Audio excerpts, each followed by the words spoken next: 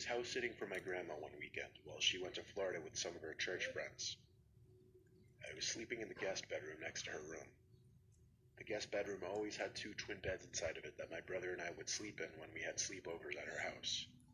I took the bed next to the window, but before getting into bed, I checked all the doors making sure they were locked. When I did get into bed, it was early, and I didn't actually go to sleep for a while. There wasn't much to do at my grandma's house. I was just on my phone for an hour or two, watching videos, texting people, whatever. That's when I thought I could start hearing someone's voice outside. It sounded like a woman's voice, saying hello. I left the bedroom and inched my way closer to the front door, moving slow because I was trying to listen. Hello? It was a woman's voice, just going hello like every 10 seconds. As I got closer to the front door, I realized that's where it seemed to be coming from. My grandma's door doesn't have a peephole, but the windows in her dining room gave a clear view of the front porch, so I went over to that window to attempt to get a view of who was out there. I tried peeking my head in between the plastic blinds without making it obvious, but I guess I didn't do a good job of that, because when I looked, I did see a woman on my grandma's stoop, and she was looking right at me, as if she knew I was going to be looking through those blinds. Once again, she said hello, with some freakish smile on her face. This woman was older, but don't picture her as some innocent-looking, small old lady. She looked like she was maybe late 50s, early 60s, and something about her face just skeeved me out.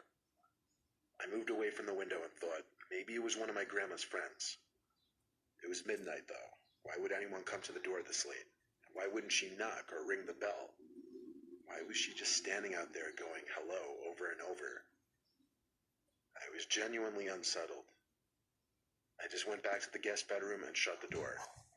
Now with the door shut as opposed to before, I couldn't hear that woman anymore. Maybe it was that, or she just decided to leave. I started texting everyone about it, my sisters, my friends, telling them how bizarre it was. But a good amount of time passed in silence, and I was starting to calm down. My sisters were telling me to call Grandma, but there was a 0% chance she was awake, and she barely ever even checked her cell phone anyway. Just like that, something broke the silence. A banging at the window. Not a knocking or tapping, banging. I felt that fierce pain in my chest area as my body entered that fight or flight mode. Shortly after the banging stopped, I heard that familiar voice say hello. With that boost of adrenaline, I guess I had the extra confidence to grab the blinds and push it up. There I was, face to face with this horrifying older lady, with only a thin layer of glass between us.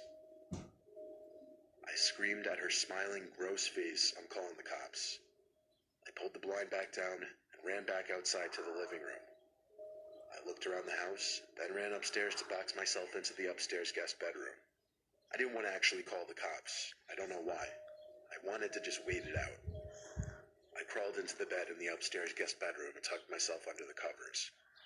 A couple hours later, I was still awake, and I finally only then went back downstairs to look outside each window. That freaky old lady seemed to be gone. The next morning, I called my grandma and told her what happened. She started yelling into the phone, clearly panicking and distressed.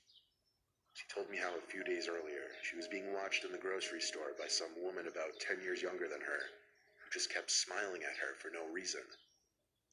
I told her to calm down. I didn't entirely know whether to correlate the two or not, but when we eventually got off the phone with each other, I did have to give it a second thought. My grandma's 75, and she has lost a bit of her wits, so I do have to take some of the things she says with a grain of salt. But the way she yelled into the phone about the woman in the store really gave me the chills. I still wonder if it could have been the same person.